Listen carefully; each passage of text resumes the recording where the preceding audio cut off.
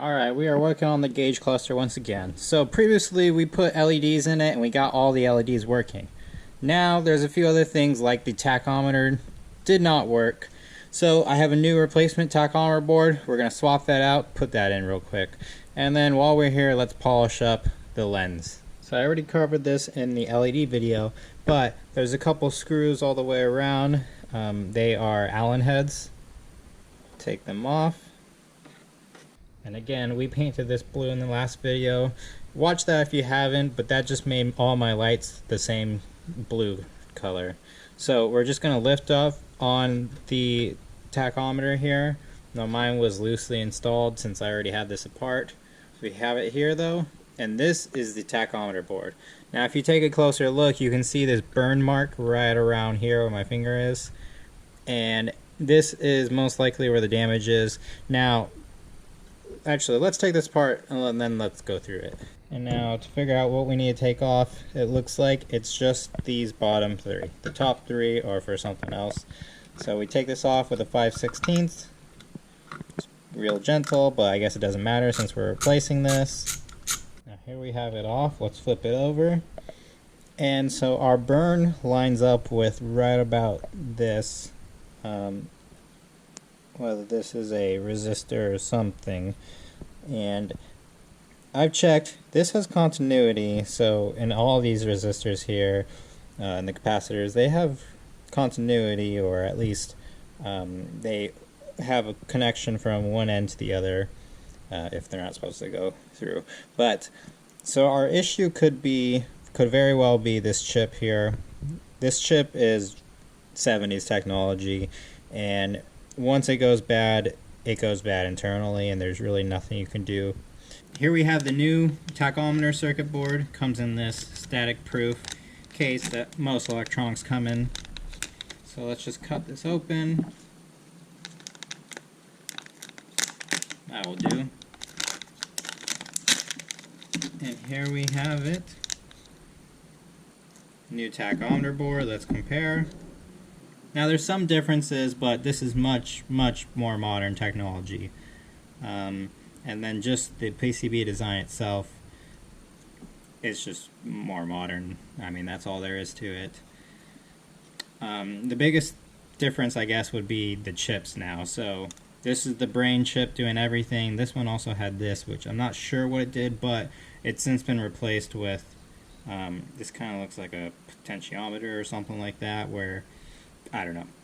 Built-in logic handles instead of two chips, so less areas for it to fail. Plus, chips are better nowadays, let's be honest. Alright, so I got the three studs out. So these are the studs that go into the cluster. The three animals over here. So, just to double check, it should line up, no problem. Alright, now we are going to take these rubber insulating washers and put them onto the studs on the back of this potentiometer for the tachometer.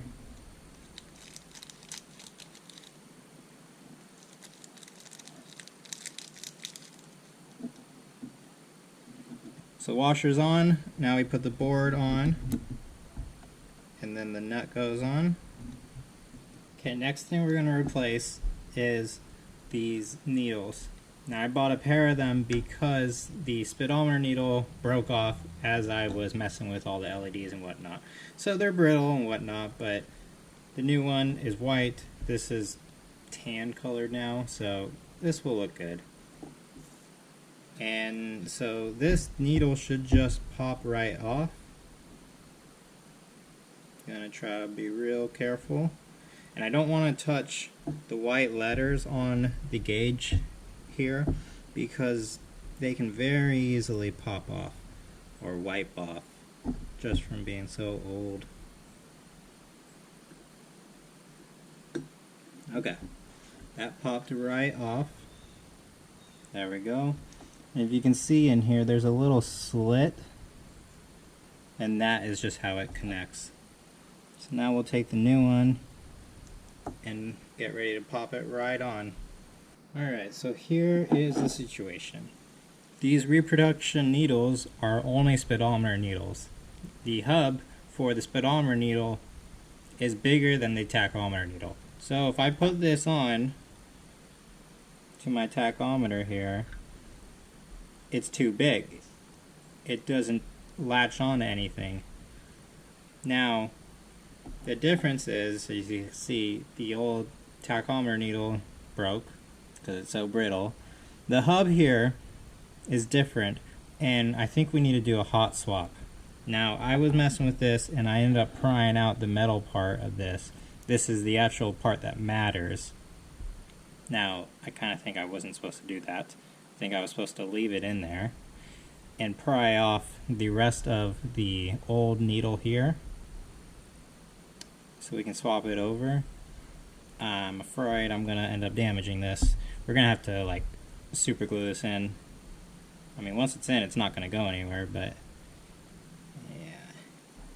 Ended up getting the old cable off, or the old needle off. Now the new one. Don't want to damage this, but it seems likely. I don't know how else you can. I mean, I think I just gotta cut it with a razor blade, cut these nibs off, and then glue it onto the hub itself.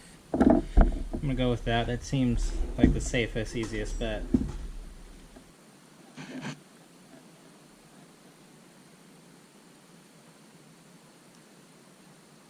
Alright, that seems pretty flat.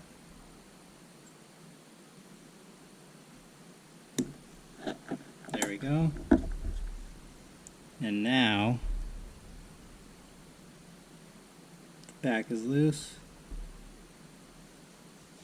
Front is almost.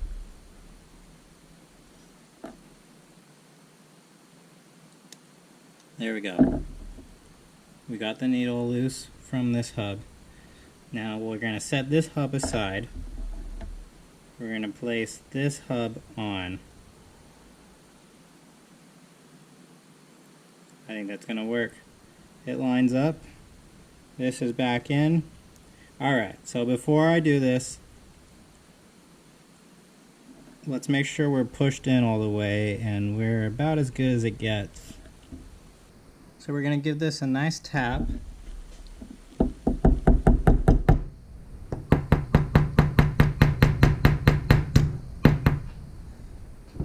Okay, so that's about as back in as I can get it, and actually that looks 100% all the way back in. Good. So what I'm working with, I don't have any super glue, but we have this plastic trim adhesive. This is epoxy basically, it should work.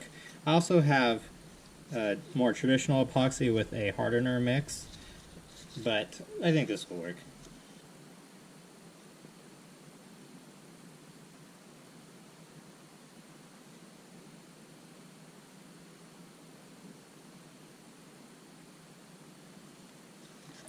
Alright, this stuff is a little bit thicker than your traditional epoxy, but I think it will still work. So now we just got to line the holes up and then press it right in.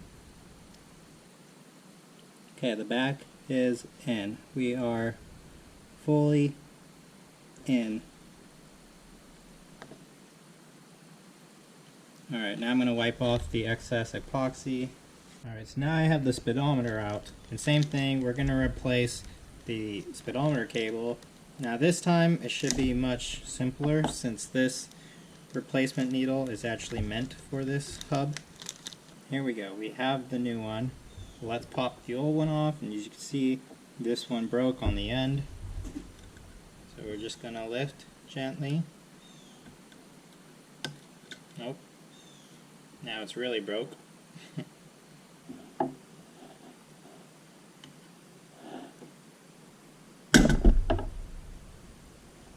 Well, popped off finally. There we go. It took a lot of pressure. That was a lot of pressure. That was scary. But here we go. Alright, so we are going to put the new one, line it up probably with 0. I don't know if it really matters. Oh, I think it's supposed to go all the way to the bottom. Okay. Press in.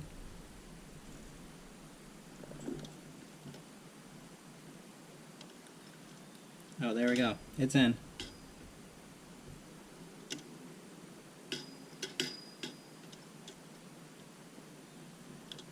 Yep, because if I pull out, that's not going anywhere. We're in. That one's much easier to put in. Well, it hasn't been that long at all, and this epoxy is basically fully dry. Now, I set up my jump box. I have 12 volt power here and a ground here. So we're going to give 12 volt onto the top stud here, and ground is going to go on this left one. So if you can see, we have it set up there. I don't have the jump box on yet, but I'm going to place the needle on very, very loosely. Alright, so I didn't press it on or anything, we're on there very loose. Now I turn the jump box on, and this is 0. So we want to set this to actually be our 0. Oh, it fell off. That's our 0. Turn the jump box off. Right. Turn it on. We're on 0. Now if I tap it all the way in.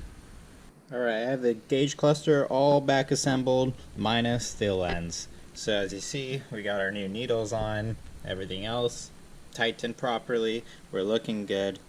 Now, the lens. You can probably tell the lens is pretty filthy. So a good wipe is going to really help it out, but then let's go the extra mile and just polish it up. You can see the crack here, so really I need a new lens, but again, we're doing this on a budget. Now they make a plastic polish, but I have this mag and aluminum polish, and it will be okay. So I use this on the lens on my C10, and it did okay, so we're going to try it out once again. Just gonna dab some on.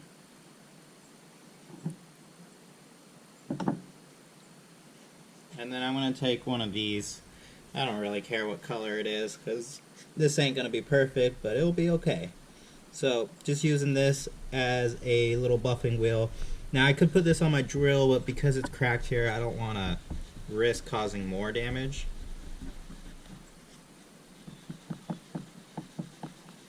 And I'm just going to go in the circle motion. Okay, that seems good. Now we'll take our rag and just wipe it on off.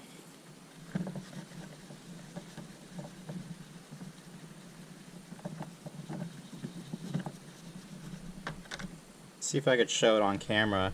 So this right side is what I just did, and the left side all cloudy, but the right side clear. So that made a pretty good difference. Alright, let's just do the rest of it. Okay, now the final step. We take our lens and we place it right on our cluster.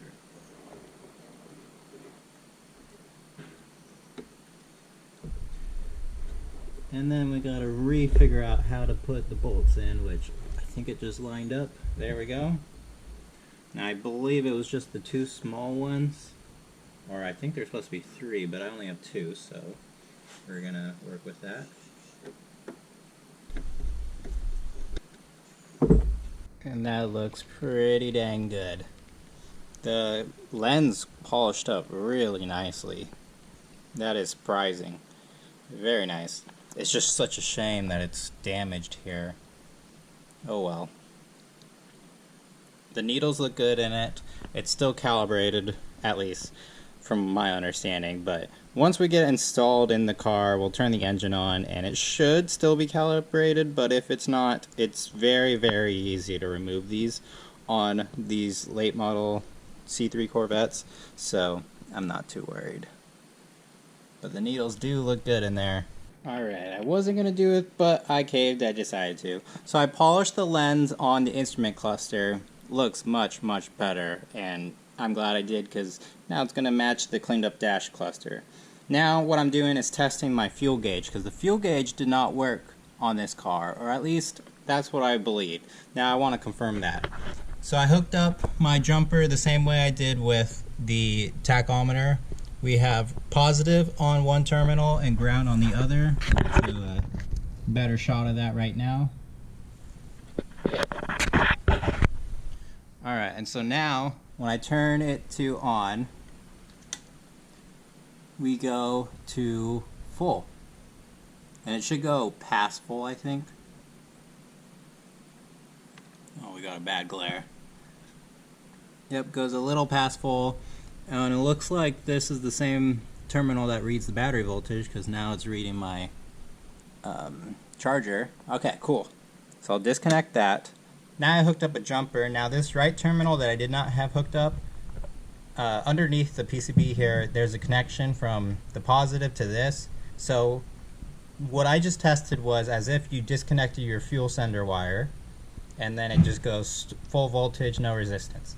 Now we're shorting it to ground, which is supposed to simulate an empty tank.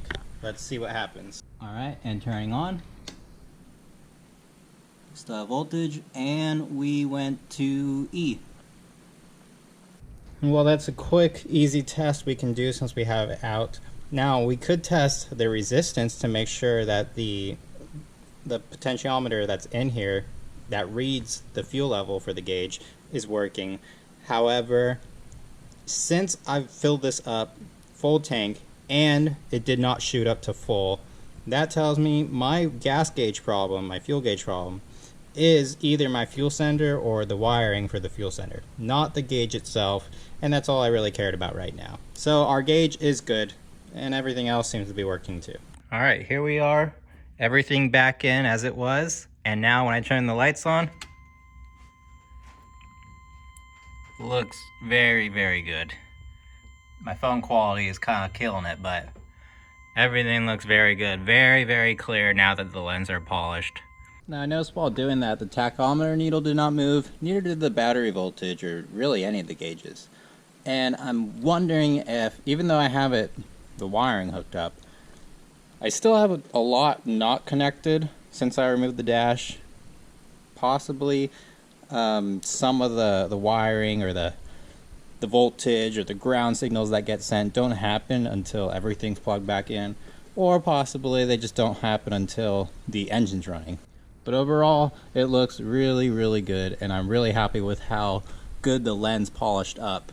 And even though that was a minor thing on my list to do, like the needles were more important and so was replacing the tachometer board, I'm happy with how everything came out, and I still really like that blue color I went with. So thank you for watching, and I'll see you in the next one, and when we get the engine running again, we'll get to verify that the tachometer fix worked. Thank you for watching. I'll see you in the next one.